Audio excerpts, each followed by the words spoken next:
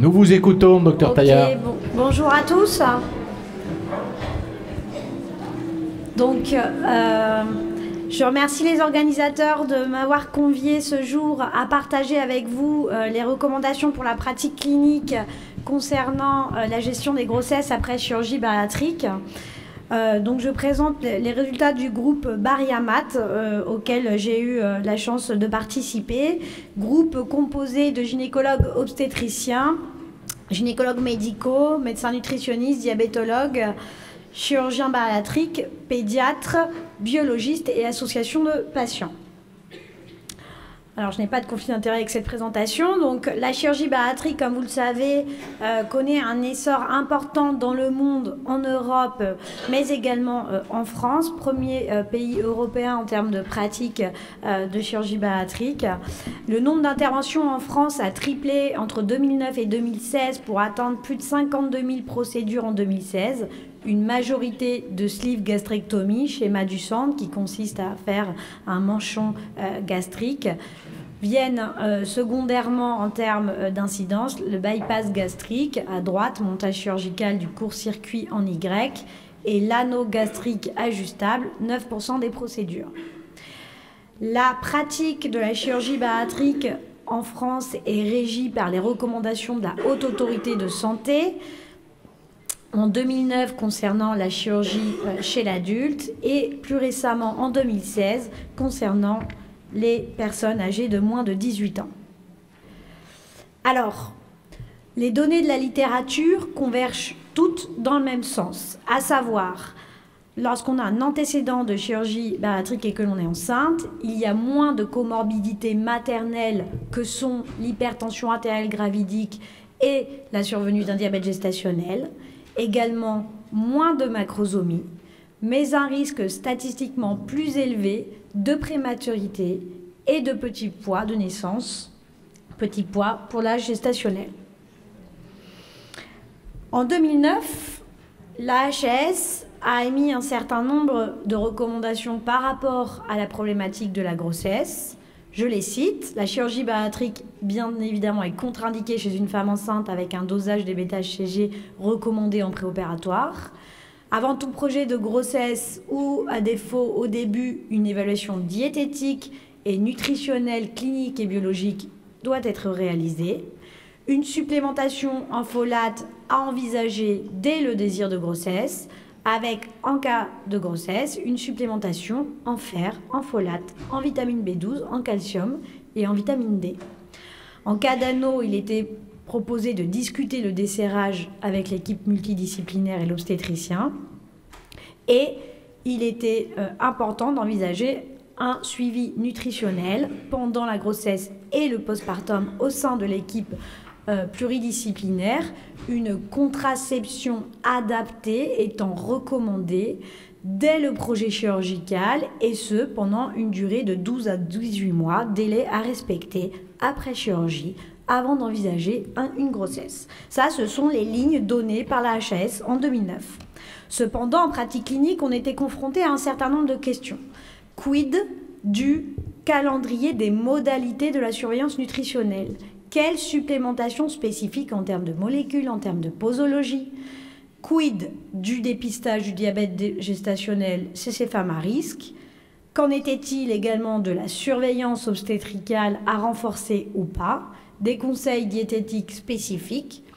De la prise de poids recommandée chez ces femmes obèses ou anciennes obèses mettant la vie? Et enfin, les risques, la gestion des complications chirurgicales.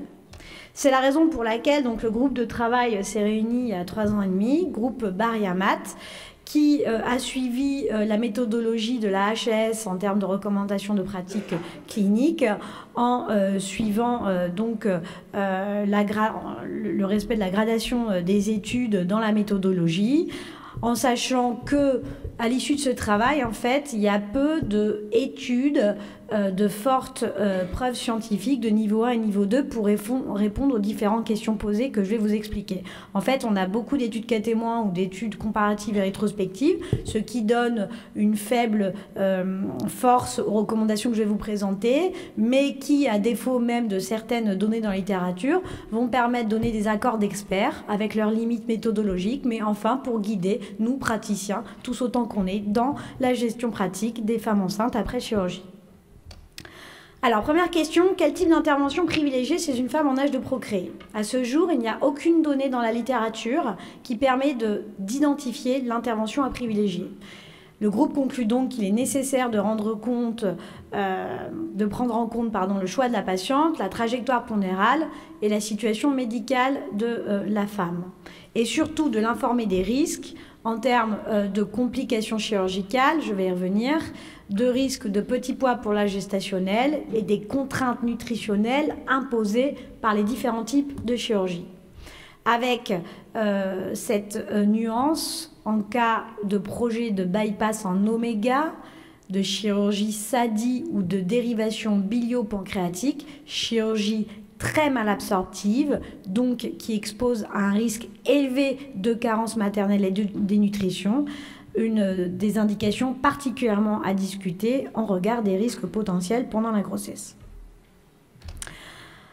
La consultation préconceptionnelle, quelque chose de capital dans le projet des grossesses après chirurgie bariatrique, un peu de la même manière dans certaines maladies chroniques comme dans le diabète par exemple, il est nécessaire de programmer autant que faire se peut la grossesse après chirurgie, avec, au vu des données de la littérature, un délai recommandé de 12 mois. On n'est plus sur les 12 à 18 mois, on est sur les 12 mois suite à l'étude de la littérature, recommandé avant d'envisager une grossesse après chirurgie. Cependant, il n'y a pas d'interruption volontaire de grossesse à envisager si une grossesse survient avant ce délai, l'approche devant être personnalisée en fonction de l'âge de la patiente et notamment de sa réserve ovarienne, puisqu'on est amené dans nos centres de plus en plus à avoir des demandes de questions de chirurgie bariatrique pour des patientes présentant des obésités grade 2 ou grade 3, avec notamment syndrome des ovaires polykystiques qui réduit la fertilité, donc c'est une demande de plus en plus fréquente.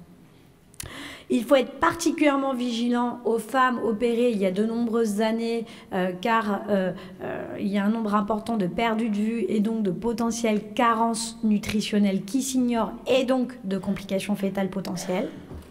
Et la consultation préconceptionnelle a pour but d'identifier les principaux interlocuteurs qui vont prendre en charge la femme enceinte dans le futur, à savoir l'obstétricien, le médecin nutritionniste, le chirurgien de recours en cas de problème et le diététicien. Cette consultation a pour but d'informer la patiente sur les objectifs de prise de poids, je vais les détailler, d'évaluer les comorbidités associées à l'indice de masse corporelle ou à l'antécédent d'obésité, notamment l'hypertension artérielle, l'existence d'un diabète prégestationnel, plus ou moins l'existence d'un syndrome d'apnée du sommeil. Elle a également pour but de rechercher des signes cliniques et biologiques de dénutrition et d'éventuelles carences. Et enfin, d'assurer la prescription d'une multivitamine adaptée, je vais détailler, et de l'acide folique à la posologie de 0,4 mg par jour. Il y a un débat, enfin, il y avait une idée un petit peu reçue en cas d'obésité notamment persistante, une supplémentation par spéciafoline à 5 mg. Il n'y a aucune preuve dans la littérature, c'est 0,4 qu'il faut retenir. Donc, programmation de grossesse parce que grossesse à risque après chirurgie, comme je l'ai rappelé, en regard des risques de prématurité et de petits poids pour l'âge gestationnel. Donc, il est capital, et il faut éduquer nos patientes en ce sens. Il faut qu'elles informent les équipes, tous les médecins qui la prendront en charge dans le futur, de l'antécédent de chirurgie bariatrique, de sorte à ce qu'on ne se rende pas compte à 6 mois ou 7 mois de grossesse avec des biométries dans les valeurs basses, pour assurer un suivi pluridisciplinaire. Suivi pluridisciplinaire qui doit être coordonné par l'obstétricien, qui doit s'assurer que la maternité en cas de persistance de l'obésité est adaptée, en lien avec le médecin nutritionniste qui doit donc participer à la consultation préconceptionnelle, voir la patiente en début de grossesse, puis une fois par trimestre au minimum, en lien bien sûr avec le médecin de premier recours, le médecin traitant, la diététicienne qui doit être systématique tant que faire se peut, a fortiori en cas de difficulté alimentaire, de prise ou de perte de poids supérieure aux recommandations. Avoir identifié, ça, on insiste beaucoup, le chirurgien en cas de problème pendant la grossesse, que le chirurgien de recours soit identifié. De même, le pédiatre doit être prévenu, notamment au regard des risques de prématurité, de petit poids et de carence potentielle chez la mère. Et enfin, si besoin, avec un psychologue ou psychiatre référent en cas d'infléchissement thymique ou de recrudescence de troubles du comportement alimentaire pendant la grossesse, ce que l'on peut voir en pratique clinique après chirurgie. Alors, quel suivi obstétrical recommandé? Donc, le groupe stipule qu'il faut une datation fiable de la grossesse. Donc, en cas de cycle régulier, l'échographie au premier trimestre, c'est-à-dire à 12 semaines d'aménorrhée, suffit. Si les cycles sont encore irréguliers, il faudra envisager une échographie supplémentaire entre 7 et 8 semaines pour avoir une datation correcte. Le suivi mensuel habituel sera coordonné par l'obstétricien qui s'assurera que tous les acteurs sont en place pour suivre correctement la patiente et que la prise en charge est conforme aux recommandations que je suis en train de vous présenter. Il faudra envisager une échographie supplémentaire à 37 semaines d'aménorrhée. Pourquoi? Eh bien parce que je vous ai rappelé, au vu des données de la littérature, qu'il y a des risques de petit poids pour la gestationnelle. Et donc, cette échographie à 37 semaines permet de dépister d'éventuelles biométries basses. Les échographies devant être réalisées selon les cahiers des charges définis par la HAS chez la femme en surpoids, avec donc des créneaux de consultation plus longs, des sièges, des tables d'examen adaptées, des sondes d'échographie plus longues, si besoin. Question intéressante. Quelle prise de poids recommandée? À ce jour, dans la littérature, on n'a pas de données spécifiques qui permettent de donner d'autres recommandations que celles internationales de l'IOM, que je vous rappelle ici. Dans une situation de surpoids entre 25 et 30, prise de poids recommandée entre 7 et 11,5 kg. En cas d'obésité, prise de poids conseillée entre 5 et 9 kg. Et même sur des obésités plus sévères, l'objectif est à la neutralité de prise pondérale. La prise en charge diététique doit être renforcée en cas de prise de poids en dessous ou au-dessus de ces recommandations, en ayant un apport protidique minimum pendant la grossesse, comme hors grossesse d'ailleurs, de 60 grammes par jour. La prise en charge psychologique pourra être aussi sollicitée en cas si nécessaire. Et en cas de prise de poids inférieure aux objectifs, une attention particulière doit être portée aux mamans, notamment sur leur statut nutritionnel, vérifier qu'il n'y ait pas de carence, et tout particulièrement vigilant à la croissance fœtale. Alors, question qui était complexe, quelle substitution minimale? Alors, pour comprendre la suite, il y a 3 niveaux, en fait, 3 questions posées. D'abord, quels sont les besoins de la femme enceinte? Deuxièmement, quels sont les besoins de la femme enceinte opérée?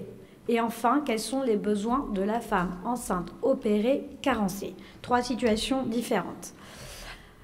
Dès qu'on a le projet de grossesse, vous l'avez compris, je l'ai dit, acide folique 0,4 mg par jour à maintenir jusqu'à la fin du premier trimestre, c'est-à-dire 12 semaines d'aménorrhée, sans dépasser les 1 mg par jour. Pourquoi? Parce qu'il y a des études, des cas qui montrent qu'en cas de surdosage en folate, ça pouvait masquer des carences en vitamine B12 et leurs tragiques conséquences neurologiques.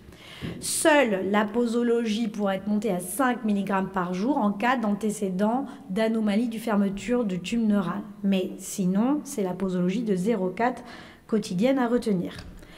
Associée à un complexe multivitaminique comprenant au minimum 10 mg de zinc, au minimum 1 mg de cuivre, au maximum 5000 unités de vitamine A et sous sa forme bêta-carotène et non rétinol au regard des risques tératogènes. Je rappelle qu'un surdosage en vitamine A, on y reviendra, est tératogène. Et selon les recommandations habituelles, l'iode 150 microgrammes par jour. Il en existe plein. Je n'ai pas de conflit d'intérêt. J'en cite quelques-unes simplement pour vous donner, parce que c'est une question qu'on nous pose souvent en pratique clinique, lesquelles peuvent répondre à ce cahier des charges. Toutes ne comprennent pas les mêmes dosages. Or, suite à étude de la littérature, c'est bien celle-ci, il faut bien s'assurer sur ce ratio zinc, cuivre, vitamine A et iode. Voilà. Ici, vous avez un tableau qui rapporte un petit peu, vous l'aurez donc je pense dans le diaporama, les différents dosages possibles. Alors, quel bilan biologique réalisé? Le groupe recommande en préconceptionnel le dosage du ionogramme sanguin, de la magnésémie, du bilan phosphocalcique, 25OH, vitamine D, PTH, albumie, préalbuminémie, plus NFS, TP, coefficient de saturation, ferritine, vitamine B12, folate, zinc, en préconceptionnel et à chaque trimestre de la grossesse. On rajoutera en préconceptionnel le dosage de la vitamine 1, de la vitamine A et du sélénium, que l'on ne répétera pas, sauf dans des cas particuliers de carence initiale profonde ou vomissement répété chez les femmes, ou de chirurgie malabsorptive, que sont les bypass en Y, a fortiori en OBK, les SADI ou les dérivations bilio-pancréatiques. Le cuivre, la vitamine K, B6, C et PP en termes de dosage ne s'envisageront que dans des situations spécifiques d'anémie réfractaire au fer oral, de troubles neurologiques ou de carences profondes et sévères. Alors, comment interpréter les dosages? En dehors de l'hémoglobine, dont je rappelle la norme pendant la grossesse, supérieure à 11 grammes par décilitre à chaque trimestre, il faut savoir qu'il n'y a pas à ce jour de normes spécifiques validées pour ces vitamines et éléments traces pendant la grossesse. Des travaux sont en cours pour pouvoir donner des abacs de normalité selon les trimestres, mais pour l'instant, il n'y en a pas. Et il faut se rappeler la diminution physiologique de 15 à 30% de la plupart des paramètres en fonction des trimestres, à savoir l'hémoglobine, l'albumine, les folates, la vitamine B12, la vitamine A, D, zinc, calcium, ferritine, magnésium, PTH, sélénium. En revanche, il y a physiologiquement pendant la grossesse une augmentation de la vitamine E et du cuivre. Seule la préalbumine reste stable, ce qui est assez intéressant notamment pour les reflets des apports protidiques de la mère. Il faut donc interpréter les résultats des dosages avec prudence à défaut de normes, en tenant compte de ces variations physiologiques lorsqu'on décide d'instaurer une supplémentation. Rappelez-vous, 15 à 30% de diminution physiologique dans les dosages avec les normes actuelles pendant la grossesse. Alors, ces carences, elles sont importantes à dépister. Pourquoi? Parce qu'il y a des effets pour la mère, pour le fœtus, pour le nouveau-né et l'enfant à venir. La vitamine B9, vous connaissez les effets hématologiques, il y a des effets neurologiques au niveau fœtal, facteur de RCU chez l'enfant. La vitamine B12, des effets sur la lignée hématologique, anémie aussi, des effets neurologiques, qui peuvent être gravissimes avec des séquelles chez l'enfant. La vitamine A, connue pour son implication dans la vision nocturne, mais également le développement des voies optiques et pulmonaires chez la mère, facteur de RCIU notamment et de problèmes oculaires plus tard chez l'enfant. La vitamine D, facteur de prééclampsie qui a un rôle dans l'immunité et la croissance du fœtus et qui peut amener au tableau dramatique d'hypocalcémie néonatale, voire de rachitisme et de petits pois à la naissance. La vitamine K qui a dont les cases report attestent d'anomalies de la coagulation avec des hémorragies cérébrales. Je vais passer sur la fin. Vous voyez que chaque vitamine et élément trace peut avoir des conséquences multiples, donc la nécessité de les repérer. En cas de carence en fer, il est recommandé d'augmenter progressivement la dose orale jusqu'à 240 mg par jour, plus ou moins associée à de la vitamine C pour améliorer l'absorption. On discutera le fer intraveineux si l'anémie reste persistante malgré la supplémentation orale maximale. Il faut quand même rappeler qu'un surdosage en fer, comme le carence en fer, peut exposer un risque de petit poids pour l'âge gestationnel. En cas de carence en vitamine D, on prescrira une supplémentation par UV dose rythmée par les dosages biologiques. En cas de vitamine B12, vous voyez aussi les exemples de supplémentation quotidienne ou mensuelle, voire hebdomadaire en cas de carence profonde. En cas de carence en folate, on pourra monter la posologie jusqu'à 0,8 mg par jour. Là encore, je n'ai pas d'action, je donne simplement pour être en pratique clinique, avoir des exemples de supplémentation. En cas de carence en calcium, on pourra monter jusqu'à 1500 mg et s'assurer par les enquêtes calciques pour pouvoir optimiser les apports oraux. En cas de carence en magnésium, on montera jusqu'à 300 mg par jour. De carence en zinc, jusqu'à 60 mg par jour. Et en cas de carence en sélénium, jusqu'à 100 microgrammes par jour. En cas de carence en vitamine A, on supplémentera Péros en faisant attention de ne pas donner la vitamine D en même temps, sinon ça rentre en compétition. Lorsqu'on a des carences très sévères, il faut solliciter des équipes pluridisciplinaires pour ne pas dépasser, dès lors qu'on est à plus de 10 000 unités par jour par rapport au risque tératogène. Donc il faut vraiment que ce soit fait par les équipes spécialisées. Et la vitamine B1, j'insiste bien, même si mon temps est réduit, une femme qui vomit après chirurgie bariatrique, ça n'est pas normal. Dont je parle de manière répétée. Il y a un risque majeur de ce qu'on appelle syndrome de Gayet-Wernicke avec des troubles neurologiques malheureusement dramatiques pour la mère et pour le fœtus. Donc une femme qui vomit de manière répétée, a fortiori si on a une carence objective en vitamine B1, on la supplémentera, mais même si on n'attendra pas le résultat du dosage, on supplémentera par voie intramusculaire ou par voie intraveineuse et ça nécessite des hospitalisations. C'est un message fort aujourd'hui que je vais vous faire passer. En cas de déficit, il faut vérifier la correction du dosage un mois après et répéter de manière trimestrielle comme on a vu les dosages. Là, je me permets quand même de donner un exemple de supplémentation. Vous êtes professionnel de santé, vous recevez une femme enceinte avec un antécédent de chirurgie bariatrique. Au mieux, elle est bien suivie, elle continue la multivitamine qu'elle suivait en vous assurant qu'elle répond bien au cahier des charges que je vous ai montré en termes de ratio zinc, cuivre et autres, avec l'acide folique à 0,4. Vous êtes dans une situation plus précaire où la patiente est perdue de vue, il n'y a pas de dosage dans l'année précédente, il n'y a pas de substitution. À ce moment-là, vous mettez en place une polyvitamine, j'en cite une, il y en a d'autres, que vous associez à une supplémentation ferrique, un comprimé par jour, 66 mg, et vous faites bien attention de dire aux patients vous ne prenez pas le fer en même temps que la polyvitamine, sinon les deux rentrent en compétition et l'absorption est moins bonne.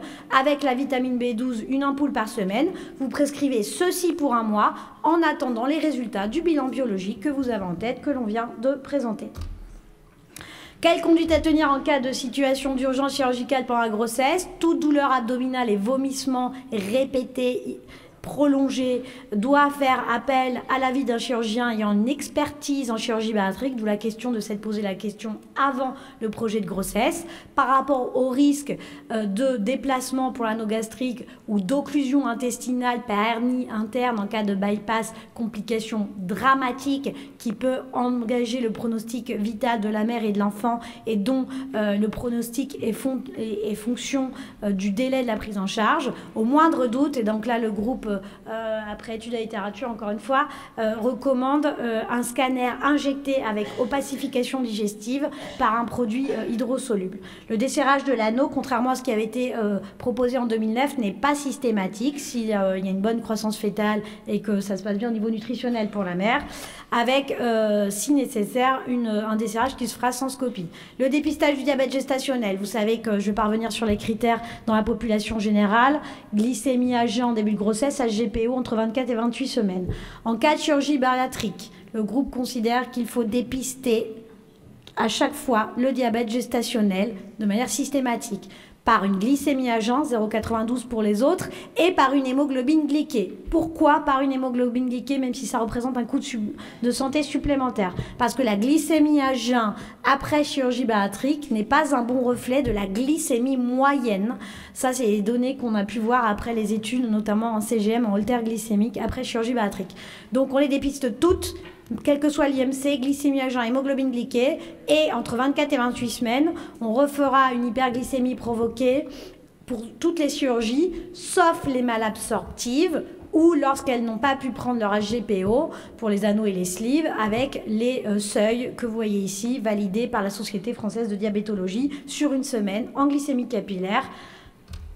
On répétera ce dépistage en glycémie capillaire, même si tout était normal avant, quand on est dans des situations d'hydramnios ou de gros poids pour la gestationnelle, pour ne pas rater un diabète à traiter en fin de grossesse. Et je vais conclure bientôt. En postpartum, pour l'allaitement, on surveillera les patientes à 2-3 mois de la chirurgie avec une supplémentation vitaminique qui sera la même qu'en pré-conceptionnel. On évitera les anti-inflammatoires par rapport au risque d'ulcération gastrique. On informe le pédiatre de l'antécédent de chirurgie, des risques dont je vous ai parlé, mais à ce jour, il n'y a pas de dosage systématique recommandé chez le nouveau-né, ni de suivi spécifique à faire chez l'enfant. Je pense que là, les études sont en cours, les choses sont susceptibles d'être modifiées à l'avenir quand on aura les résultats des données.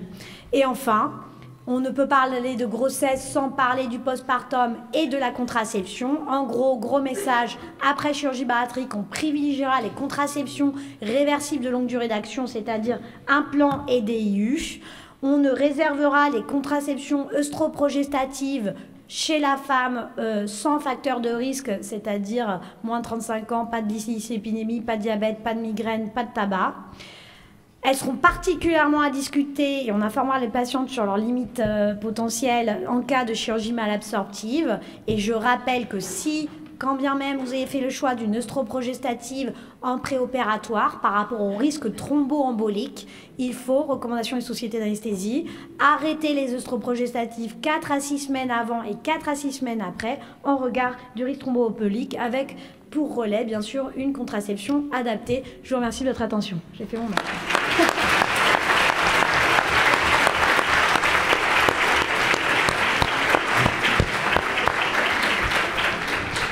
Bravo pour le timing. Je vous avoue que ça donne pas trop envie. Hein. Bon, donc on va prendre les questions. Moi, j'en avais une pour commencer parce que vous avez dit quelque chose de juste, c'est qu'il y a quand même un nombre de femmes opérées qui sont perdues de vue.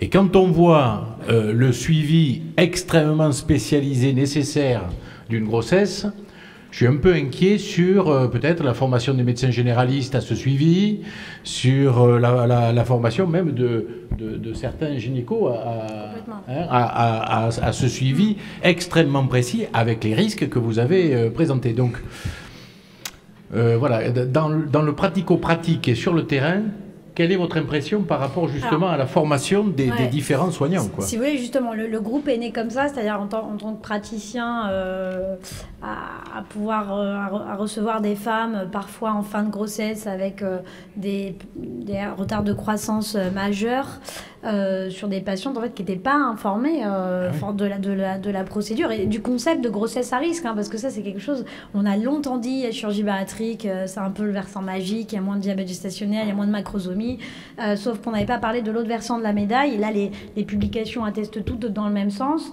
donc c'est juste, le groupe est né de l'observation de catastrophe nutritionnelle, hein, et pour la mère et pour l'enfant. Du coup, c'est comme ça qu'on a essayé de répondre aux différentes questions.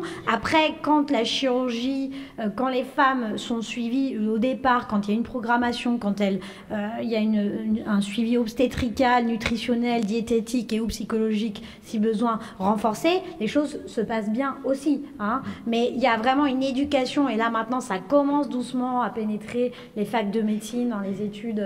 Voilà, et j'espère les écoles diététiques aussi, parce que je pense qu'aujourd'hui on est encore un peu light à ce niveau-là, enfin peut-être certaines pourront commenter, mais vraiment le travail c'est faire son bonhomme de chemin pour informer tous les professionnels de santé et les patientes qui elles-mêmes n'étaient pas forcément informées de la nécessité de le poser sur la table dès la première consultation. Ben, je pense qu'il faut aussi le poser sur la table dès qu'on met en place des programmes d'éducation thérapeutique pré-chirurgie, parce que ça doit intégrer totalement le... Évidemment, ça doit faire partie de l'éducation thérapeutique a fortiori. Des questions? Je vous entends. Hein. Je vais répéter. Ouais. Oui, mais pour la salle et pour la salle de l'autre côté, il faudra attendre le micro. Oui. Bonjour, donc que moi je suis présidente d'association de patients et c'est vrai que ça fait très peur tout ça parce que on voit que les gens ils partent dans la nature. Donc je voudrais savoir s'il il existe un répertoire ou quelque chose qu'on peut consulter pour savoir où sont les personnes qui sont formées pour suivre ce genre de patients, quoi. Non, alors à ce jour, il n'en existe pas. Marine Vidal, je ne sais pas où elle est. Je pense que ça fait partie des objectifs, des missions futures des CSO pour pouvoir, de même qu'il y a sur les activités physiques adaptées, les référents, les psychologues. Là, je pense que ça doit faire partie du travail de demain pour pouvoir repérer les équipes spécialisées. Oui, parce que c'est quand même des questions qu'on nous pose par rapport à la grossesse après la chirurgie. Complètement. C'est vrai que nous, on n'a pas en plus de formation. Mais bien sûr, mais c'est tout nouveau en même temps. Hein. Voilà, on ne sait pas trop vers où les complètement. orienter, quoi. Et ça serait bien. Tout à fait. Je pense que ça, on peut me reprendre, mais ça fait partie des missions premières des CSO. Hein. Merci. Une autre question, il n'y en a pas pour l'instant dans l'autre amphi.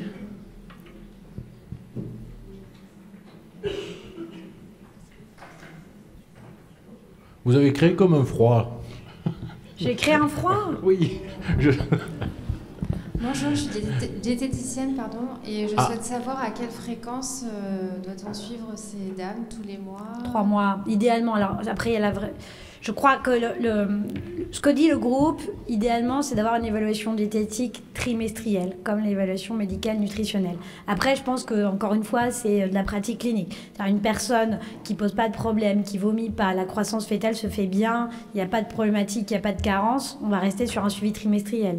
La personne vomisseuse, multicarencée, on est à 50 grammes de protéines, on a des apports à 1006, 1007, bien évidemment, le bon sens clinique, médecin, nutritionniste, ce sera diététicien et ou psychologue si tout ça est secondaire à la recrudescence de problèmes psychologiques, ce sera mensuel. Je pense que voilà. Mais si déjà on peut donner cette ligne de base du trimestriel minimum, déjà on fait passer un gros message.